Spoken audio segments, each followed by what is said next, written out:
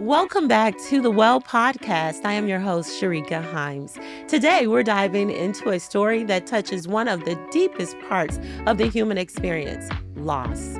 Our guest today has walked through the unimaginable pain of losing her husband after 40 years of marriage, stepping into a chapter of life she never anticipated. But what's remarkable about her story is not just the grief, but the resilience, the self-discovery, and the faith she found in the midst of it all. Loss is something that we all face at some point, whether it's the loss of a loved one, a role we cherish, or the life we thought we'd have. It challenges us to redefine who we are, to embrace change, even when we don't want it, and to find purpose in the aftermath. Today's conversation is about navigating life's transitions with courage and faith. It's about finding hope in the midst of heartbreak and learning to rewrite your story when the pages don't turn the way you expected. I am so honored to have our guest share her journey with us today, and I know it's going to leave you inspired and encouraged. I'd like to welcome Miss Valerie Hayden. Hey, Miss Valerie. Hi, how are you doing? Doing well. Great, We're glad to great. have you. You popped on down here from Seattle to talk to us today. I'm glad to be here. We are glad to have you. Yes. Tell us a little bit about yourself, Miss Valerie.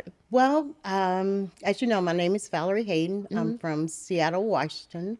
I'm the mother of 11 children living, one deceased. I currently work as a clinical social worker in a treatment center. I work with the elderly. I work with young teens. I work with all different ages in a treatment center. That is and awesome. for treatment for homeless and what would you say, displaced Displaced. adults. Yes. So you're out here doing all the work. And what's so funny about all of this is you're one of my good friends' mom. Yes. And I think yes. I just realized I like you better than Chris. No, just joking. I'm just playing. Well, your story begins with a profound loss, the passing of your husband Yes. after yes. 40 years of marriage. Can you share what those first weeks or months were like for you emotionally and how you initially coped with that transition? Well, after he passed away, I was really calm, because you spent the first 2 weeks traveling because I had to take him back to Indianapolis for the burial, and everything was going fine because he had suffered so much for about 16 years Okay. prior to passing away. So I felt that, when I saw him after he had passed away, I felt like he was at peace. Okay. And that was what he wanted to do. And I just felt like everything was all right. And I just kind of transitioned back to doing what I did every day, go to work and normal life and picking up the pieces. Okay. So his wasn't a sudden loss. He was in hospice care for a considerable amount of time, right? Well, he was on dialysis for about 13 years. Okay. And we didn't do hospice care till the end of life. Okay. That was about he lasted about 7 days. Okay. But he stopped his kidney treatment. Oh, okay. Dialysis treatment. Yes. That's what happened. Yes. Okay, got so it. we were expecting it, but yeah. Okay. Well, you mentioned in your story, right, that you buried yourself in work. In fact, I'd like to share your story with our listening audience. Are you okay with that? Yeah, that's fine. All That's right. fine. Her story is titled Navigating Major Life Transitions. Life's transitions often come when we least expect them, leaving us to navigate the uncharted waters of change. When my husband passed away after 40 years of marriage, I found myself standing at the edge of a new chapter I never wanted to begin.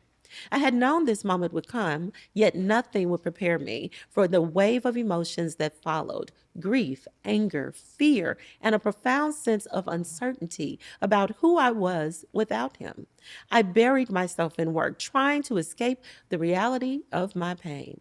But as the months passed, I realized that I could not simply work my way through this transition. I had to face it, embrace it, and redefine what this new chapter would look like for me. Navigating major life transition isn't about surviving the change. It is about finding the courage to rewrite your story. I questioned my worth, my abilities, and my future. I had been the backbone of my family, the support for my husband, and the caretaker of our home. Now I was forced to rediscover who I was without those familiar roles. It was not easy, and it did not happen overnight. It took time, self reflection, and the willingness to open myself to new possibilities. I found purpose in helping others through my work as a hospice clinician, allowing my journey with grief to become a source of healing for others. I learned that life after a major transition can lead to growth, joy, and a new profound sense of self. Well, my goodness, isn't Yeah, that powerful? that is totally correct. You wrote it. I Yes. love that. And thank you so much for sharing it with us. I mean that. Thank you for sharing your Yes. journey with grief with us so that you may help me and others like myself through this. So, as I was saying, your story is about profound loss. And you mentioned sort of burying yourself in work to try to escape the pain. At what point did you realize you couldn't work yourself through this grief? I was having, I'm sorry. No, you're fine. We need our clinics. That's okay. We're gonna get our Um, clinics. We have some. I'm sorry. It's okay. You don't need to be sorry. No, ma'am. Thank you so much. And it's Yeah. okay. It gives you a minute to collect yourself. It's all right. But I started as well, I had a friend that called Okay. from Providence Hospice, and there were some people that knew I was a clinical director at a place where I worked. So it wasn't hard to bury yourself in your work. Okay. So she called me and said, Valerie, we have an opening. I had met her on the job. We have an opening at Providence, and we want you. She said, I can get your name in there. So she got they called me within a couple of days and said, we want to interview you. And so I thought that would be a good transition for me because I would be able to understand or deal with people while they were in their pain. Okay.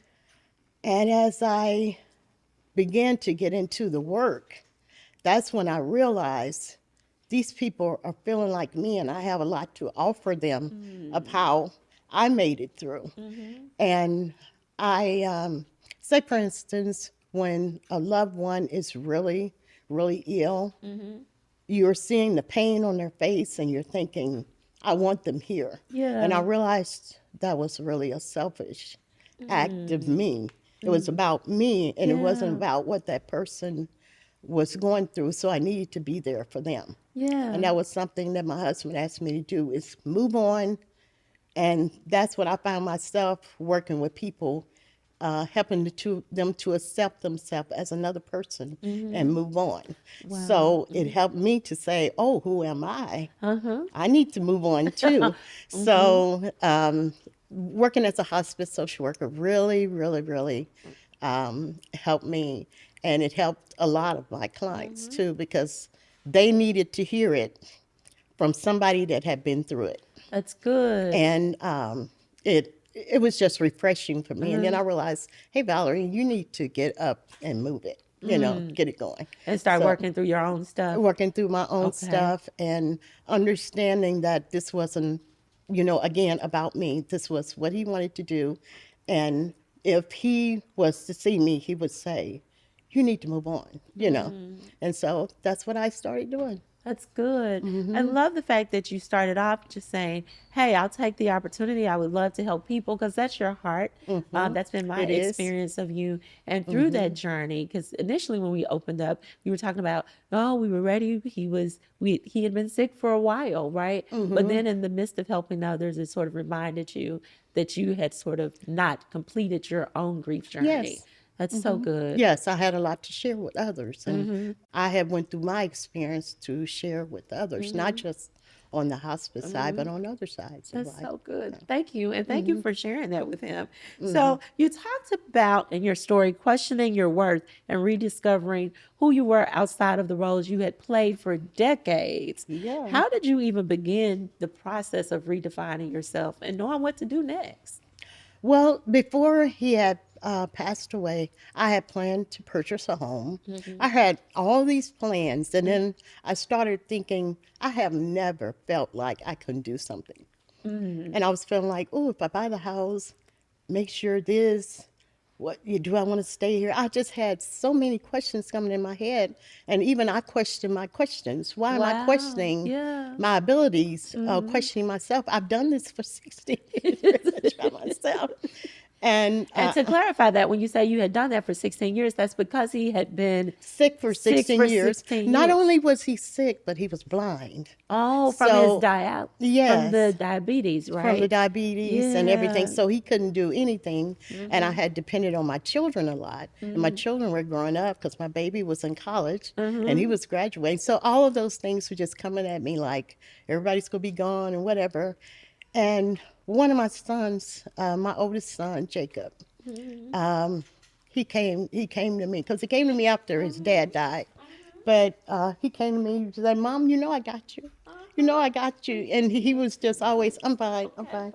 He was just always telling me he was going to be there, Yeah. for me and everything. And I just got up and did what I had to do and bought my home. Got into, I said I wanted to be a clinical social worker, went on with that. Got involved with getting my supervision and all of that stuff. I just started following my path, and I was with a group of people. We had left our job, and we were going starting our own thing. And I told them, I said, I can only help you all for like 6 months. I'm going and do what I wanted to do, So because good. I'd always wanted to be. To be what I wanted to be and work with mental health.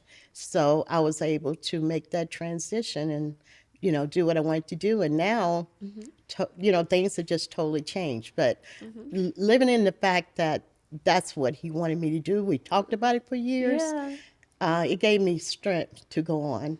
And I love that you said that you all had talked about it. Because, and how did you all even become comfortable with talking about it? Because I have found, Miss Valerie, that talking about death for some people is so uncomfortable, but it sounds like you guys had normalized it and talked about the plans. How did you even get to that place as a couple? Maybe I'll clarify that. My Okay. husband talked about it Oh, more than I did. okay. Always felt, I always Uh-huh. wanted him to live forever. Uh-huh. But he was somewhat older than Okay. I was. Mhm. And then with all the health problems and stuff like that, he was always feeling like, I want you to do this. Make sure you have your insurance paid up. Make sure that this, the house, you got all of this. He always set things in order. Who's our beneficiaries? Who is this? Who Uh-huh. is that? And he just was really good about making sure I was comfortable or I had a path Right. after him. But he talked about it really freely. I didn't, I just like, yeah, and made sure that things were done. But however, that's not a very comfortable It's not. conversation. It's That's not not. very comfortable. As you know, I lost my mom last year. And for years, the conversation around death for my family, I'm just more of a planner. And I'm like, hey, it's inevitable. It's going to happen. Let's talk It's about going to it. happen. And you Yeah. should be involved in helping us Oh, understand what your last wishes are. And it oftentimes was a very difficult conversation for them. So I just wanted to just make sure that our listening audience and our viewing audience knows that a yeah. part of loving someone is also loving them, doing what you can to help them prepare for life after you. So if you're not doing that in your family, this is the time for you all to sit down, make sure things are in order, because it also helps your loved ones grieve after you leave because they're not worried. Did you find that that level of preparation Yes, it was did. easy? It Yes, made it the did. grief process easier for you? Because he did everything from tell me the funeral home to call in Indianapolis. We had made those calls. My daughter was helping me, Jasmine. My daughter Jasmine was helping me, and even her, she was like, "This is, so uncomfortable. We're going to different funeral homes, making sure we knew the amount that it would cost to transfer the body, and what everything went fine. It went perfect. The Good. way he had planned it, he knew who he wanted to preach his funeral. Everything So was just very few pre-made. decisions for you to have to make because you had to discuss them. And the Yes. most important thing is that he left provision for life after he was Yes. no longer on this side of earth. And so that Yes. is so important, and allowed his loved one to continue to feel love so she could do this journey of self-discovery. Now, what advice would you give to someone who feels lost in their identity after a major life change? Make sure you surround yourself with people that are that you feel will be good for your future. And I had, in my case, I had my church, I had my children, and I knew that they looked up to me. And I wanted to make sure that I didn't fail them. I think that was a lot, which I was far from a failure. But I wanted to make sure that I had left a lasting impression. And what I would tell people, just watch who you're around, your surroundings, people that empower you. Like I said with my children, one daughter was like, "You need to get your health." The other one is making sure financial stuff is done. The other one makes sure you're all right. To the point where I'm like, "Well, you all get out of my face." And then Jake was stayed over all the time. He was always there. Mom, you need anything? Whatever. Those things gave me that sense of self-worth Okay. that I had somebody to Right. back me. You weren't in it alone. Yeah. That's right. Yeah. So I want to make sure that we really unearth that, because that was a lot. Number one, you said surround yourself with the right people. In your case, you had some friends, and it sounds like your children really stood up and Yes. surrounded them, and they were able to offer you a lot of different things from within their capacity, but they supported you. And so Yes. you started off talking about how you didn't want to fail people and realize that may have been a little bit too much pressure on your shoulder. Because you, Yes. of course, Yes. were the one grieving. So if you're in the middle of grief, listen, it is not your job to help other people feel better about the fact that you were sad and grieving. There is nothing for you to prove. Let other people support you. I know that for myself, and I happen to have a friend sitting over there doing a side eye, trying to make sure that I let people help me. All right, so let me go on to the next question. Now, you also mentioned that navigating transitions isn't always about surviving the change. It could be just finding the courage to rewrite your story. I mean, how does one even begin that process, though, Miss Valerie? Like, if you're standing there lost, like you were, like, who am I? What do I do? I've been a wife and a mother for all of these years and a caretaker for the better part of 16 years. And then one day you wake up and you no longer have those responsibilities. Your children are gone. Your husband, your life partner is no longer with us. Yeah. How does one start that? Well, who am asking the question? Who am I? And I had to get to my whys. Why am I doing this? Why I can't move on? Why? And those things came together, and as to me, it was the guidance of God guiding me through the providence situation, the people that I deal with, and you look up and just maybe one person died of their life, their mom died, whatever, and they just totally just can't deal with it. So I had to, being in the treatment field, I had to treat myself like, now what are you doing? And even my clients have said things to me, not, they didn't know they were doing it, but they have said things. I had one said to me the other day, well, not the other day, but in a session we were talking, and the person just came out and said, is this bit my future me? I had to see my future me. And I was like, whoa. I actually went and wrote that on my my what you call board, my Vision board. vision board. Yeah. Yeah. And I couldn't wait to get and write that on my vision board. But I had to do things to see myself in 5 years. I always saw myself in the future, but I for once was just stuck in the past. But seeing myself, I had to see it and make it happen. Like I said, I had to move those things that wasn't conforming to where I want to be and what I want to do, and move on towards the future. Got it. And you also talked about it was God helping you through this. Oh, Were there yes. any particular scriptures or any particular practice of in your faith that you did to help you get through this grief process? I had all kinds of scriptures. I've been in church since I was a baby. I can do all things, but one song that God brought to me one day, because when you've been married for a while, and you don't have that partner, you can have all the kids. My kids are very, very supportive, but you can have that one person that you can tell anything, and they're gone. Yeah. And one day I was just feeling really, I had one of those days, and I had the song that came on.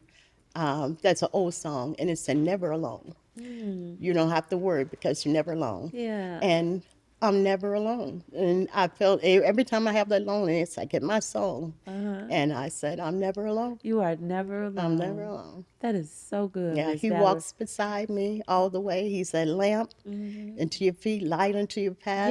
You know, Yes. it's just all kinds of scriptures You that better you can say get. But I present help tell in you, a time of trouble. yes, yes, Yes, we yes. could just go on and on. I can actually attest to that because in the loss of my mom and all of the transition and having a major birthday last year and so many other major milestones that she was not present for was very, it's very jarring. Everything is a first, a first of this, a first of that.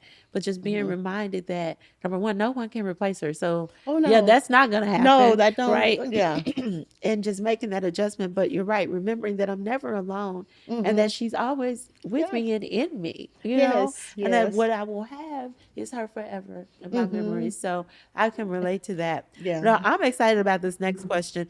We talked about major life transitions leading to growth and joy and self discovery, right? What are some of the unexpected things that you learned about yourself? Unexpected. Mm-hmm. Whew. Um, I don't know. I think it just helped me to get to who I was, who I always wanted to be. I don't know I was. I think I didn't expect to grieve in that manner. Okay. I expected that. Oh, he's gone. Oh, he's happy because when they called me and let me know he had passed, I just wanted to see that we had already had our talk and Yeah. everything and our goodbyes and everything, but when I went and saw his face and saw the peace on his face, that did it for me. I just felt like I could go and live my life Uh-huh. happily ever after, you know. Yes. I think that was unexpected that I missed him so. I wasn't Prepared for expecting, that. Yeah. yeah, Yeah, to miss him. that's to be expected. 40 years is a And I'm long doing time. good. You're doing amazing. No, ma'am, you're doing amazing. And that is what I was going to say Yeah, next. yeah. So you are now taking on new adventures and everything. Is there anything about some of the new things that you've tried that you were like, I didn't even know I would like this. I didn't even know I could do this. I do. I love bike riding. That What? is I have a friend and that we met and they were into bike riding, Uh-huh. and I started that last summer, and oh my God, I just love that. Every Uh-huh. day I look forward to getting home in between my, work and my other work. Uh-huh. And I'll go on my bike ride, or after I get through, go on a bike ride. I Uh-huh. love that. And I love Zumba. Oh. Yeah, I do Zumba, try to do it twice a week. Uh-huh. And that brings me lots of joy. And I can't put this out because my church, Uh-huh. about 2 years ago, when Chris moved, but right after Chris moved, Uh-huh. we discovered the church, our church Yeah, I home now. bet. Yes. Yes, and that is so powerful. And seeing my children, Uh-huh. I forgot about that. Seeing my son in church, my 3 daughters, Yes. Chris, we all go to the same church. Yeah. And it's been a long time since you all have been in worship together, right? Yeah, well, we went to church together, Yeah. but we never worshiped together. That's why I phrased it Yeah. like that. Yes. Yeah, Yeah. my son is over cameras. He came in. He's like, this is what I want, you know. And they Wow. wasn't caring about going to church when they Uh-huh. kids, but I called him the leader of our family, Uh-huh. my son. But he does the cameras at church, and he does his own video Uh-huh. productions. And then my daughter does the words. The other daughter works with the children's ministry, and Chris works with making sure the coffee and all that stuff Yeah. is in there. And then I do the greeting. Oh I my love goodness. Well, greeting. I could see you being a greeter with that Yeah, beautiful smile. yeah, and on the prayer team. Yeah, Okay. I really enjoy. We really enjoy going together. Well, we can tell because the way your face lit up, I just don't know if we're going to even be able to see you on camera because it's got Yeah, so much glow yeah. around you. I love that. Now, as we get ready to close, this is the question that I have for you. What I want to know is what's next for Miss Valerie? What's next? That's where I got a big question mark because I've always have a project. Right now, I'm studying for my clinicals, Yes. studying for my clinical. Your clinical, the next level of clinicals. Next Okay. level where Okay. I'm not under anybody. You know, I Under work supervision. have to have a Right. supervision once a month. Um, I'm I'm studying so for sorry. We're that. going to stop and we're going to pause and congratulate that. Yes. Congratulations. Yeah, that took Okay. 3 years. Yes. Yeah, so really all I see as far, I know there's something, but I just don't know what it is. Uh-huh. I am looking to start dating again. Oh, Well, did y'all hear yeah. that? Call 1 I'm sorry, I 800 don't know if Valerie. I mean, but that's listen. something that wasn't in No, that is not a my, real number. Don't call that number. yeah, I wasn't, yeah, but I'm saying that's a positive thing because I didn't Yes. see myself going forward. And I think Uh-huh. that's good for my, emotionally for me. Uh-huh. Um, and I think that's it. I think there's a question mark there because I think I've dealt so much on this, studying, preparing for this test that I don't know where I'm going with that. Okay. I'll just say it like that. I know I'll be continuing counseling, but I have to ask God what's the next step, That's the beauty in living. for me. Is there's always something new and Yeah, there's always a new possibility. I yeah. just want to say I'm incredibly proud of you. I know that you are in your golden 60s. And the reason I wanted to say that is because I want to make sure that our listening and viewing audience knows that you are still living. And so if Miss Valerie can redefine her life after 40 years of marriage and 11 children and being all things to all people and still now find purpose for her life, you can too. Today Yes. can be your new year. Today can be your day one.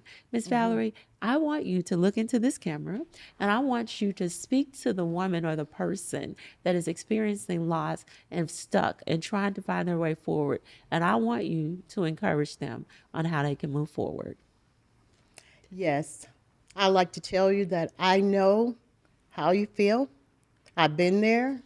I felt that pain that I've never felt that I would have felt before.